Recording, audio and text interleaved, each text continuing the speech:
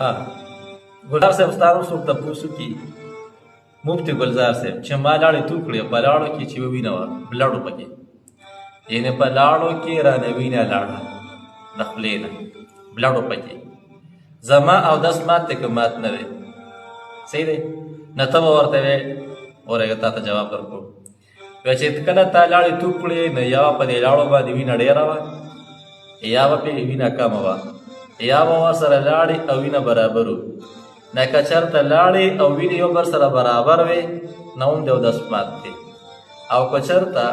وینه په لاړو باندې زیاته وه نو بیا دې اودس څه دی بیا دې اودس مات دی